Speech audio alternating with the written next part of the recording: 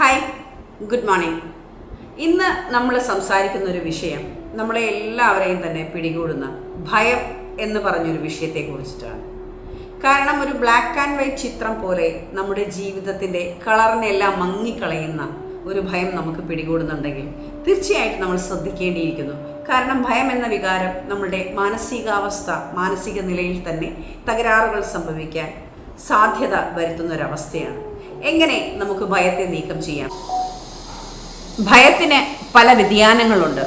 സമൂഹത്തെ ഭയം, തുറന്നതും ഇടുങ്ങിയതുമായ ഉയരം കൂടിയ സ്ഥലത്തെ ഭയപ്പെടുക, മരണത്തെ ഭയം, തീയോടുള്ള ഭയം, പാമ്പിനോടും വളർത്തുമൃഗങ്ങളായ പൂച്ച, നായ്ക്കുട്ടി തുടങ്ങിയ ജീവികളോടുള്ള ഭയം, വേദനയോടുള്ള ഭയം, എന്തോ അസുഖങ്ങൾ ഉണ്ടെന്ന ഭയം. ഇത്തരം ഭയത്തെക്കുറിച്ചുള്ള കാര്യങ്ങൾ സെർച്ച് ചെയ്ത് ആശങ്കയും അമിത ചിന്തയും ഉണ്ടാക്കുക. വിവിധ തരത്തിലുള്ള ഭയം മനുഷ്യ മനസ്സിനെ സ്വാധീനിക്കാറുണ്ട്. സാഹചര്യങ്ങളാണ് നമ്മളിൽ ഭയം ജനിപ്പിക്കുന്നതിനുള്ള പ്രധാന കാരണം. ഒരു നവജാത ശിശുവിനെ നോക്കൂ. അതിനൊന്നിനെയും ഭയമില്ല. എന്നാൽ ആ കുഞ്ഞ് വളർന്നു വരും തോറും മുന്നിൽ കാണുന്ന എന്തിനോടും ഭയം വളർന്നു വരുന്നത് നമുക്ക് കാണാൻ സാധിക്കും. എന്തുകൊണ്ടെന്നാൽ ഒഴിവാക്കേണ്ടുന്ന കാര്യങ്ങളിൽ പോലും രൂപമില്ലാത്ത ഭാവനകളിലൂടെ ഭയം സൃഷ്ടിച്ചെടുക്കാൻ മനസ്സിനെ പഠിപ്പിക്കുന്നു. ഇതുമൂലം ഭയം എന്ന വൈകാരിക അവസ്ഥ നമ്മൾ സ്വയം നമ്മുടെ മനസ്സിനെയും ക്രിയേറ്റിവിറ്റിയെയും ഉപദ്രവിക്കാനായി ഉപയോഗിക്കുന്നു. അതിലൂടെ കോൺഫിഡൻസ് നഷ്ടമാകുന്നു. പ്രവർത്തിക്കാനും ചിന്തിക്കാനും സംസാരിക്കാനും കൂടി കഴിയാത്ത സ്തംഭനാവസ്ഥ അഭിമുഖീകരിക്കേണ്ടി വരുന്നു.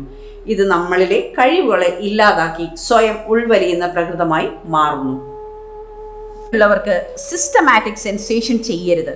ഇവരിൽ അടങ്ങിയിരിക്കുന്ന ഭയം, ഉത്കണ്ഠ, ആശയവിനിമയത്തിലെ സങ്കോചം, കടന്നു വരുന്ന സന്ദർഭങ്ങൾ എന്തൊക്കെയെന്ന് സ്വയം വിശകലനം ചെയ്ത് ഒരു ലിസ്റ്റ് തയ്യാറാക്കുക.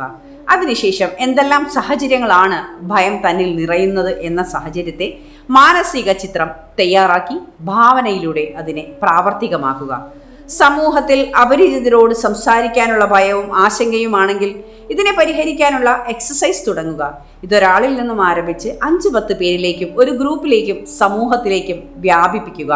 അത്ഭുതകരമായ മാറ്റം നിങ്ങളിൽ കാണാം. ഭയം നീങ്ങി മാറുന്നത് നിങ്ങൾ അനുഭവിച്ചറിയും. ഭയപ്പെടുത്തുന്ന ചിന്തകൾ എന്തെല്ലാമെന്ന് ബോധവാന്മാരാക്കുക. സ്റ്റോപ്പ് തിങ്കിങ്, തിങ്ക് പോസിറ്റീവ് എന്ന മാജിക്കൽ വേർഡ് ഉപയോഗിക്കുക. ഭയപ്പെടുത്തുന്ന ആക്ടിവിറ്റികളെ അഭിമുഖീകരിക്കുന്നത് മനസ്സുകൊണ്ട് തയ്യാറാവുക. ആൾക്കൂട്ടത്തെ ഭയപ്പെടുന്നുവെങ്കിൽ അധിക സമയം ആൾക്കൂട്ടത്തിൽ തന്നെ ചിലവിടുക. സംഭവിച്ചു കഴിഞ്ഞതിനെക്കുറിച്ചോ സംഭവിക്കാൻ പോകുന്ന കാര്യത്തെക്കുറിച്ചോ ഓർത്തിട്ടാണ് നമ്മൾക്ക് എപ്പോഴും ഭയം ജനിക്കുന്നത്. നമ്മുടെ മനസ്സിൻ്റെ ഭാവനകൾ കൊണ്ടിട്ട് നമ്മുടെ ബ്രെയിനിന് 2 ഭാഗങ്ങളുണ്ട്. ഒന്ന് ഓർമ്മയും ഒന്ന് ഭാവനയും. ഈ 2 ഭാഗങ്ങൾ ചേർത്ത് വെച്ചിട്ടാണ് നമ്മൾ ഭയത്തിൻ്റെ ആശങ്കയിലേക്ക് കടക്കുന്നത്, മെനഞ്ഞെടുക്കുന്നത് ചിന്തകൾ. ഇത്തരം ചിന്തകളെ നമ്മൾ ഒഴിവാക്കേണ്ടതുണ്ട്.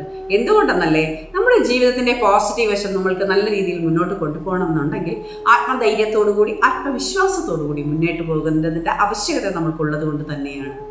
അടുത്ത ദിവസം മറ്റൊരു സബ്ജക്റ്റുമായി കാണുന്നത് വരെ എല്ലാവർക്കും ഓൾ ദ വെരി ബെസ്റ്റ്. ഭയം ഒരു നിസ്സാരമായ വികാരം മാത്രമാണ്.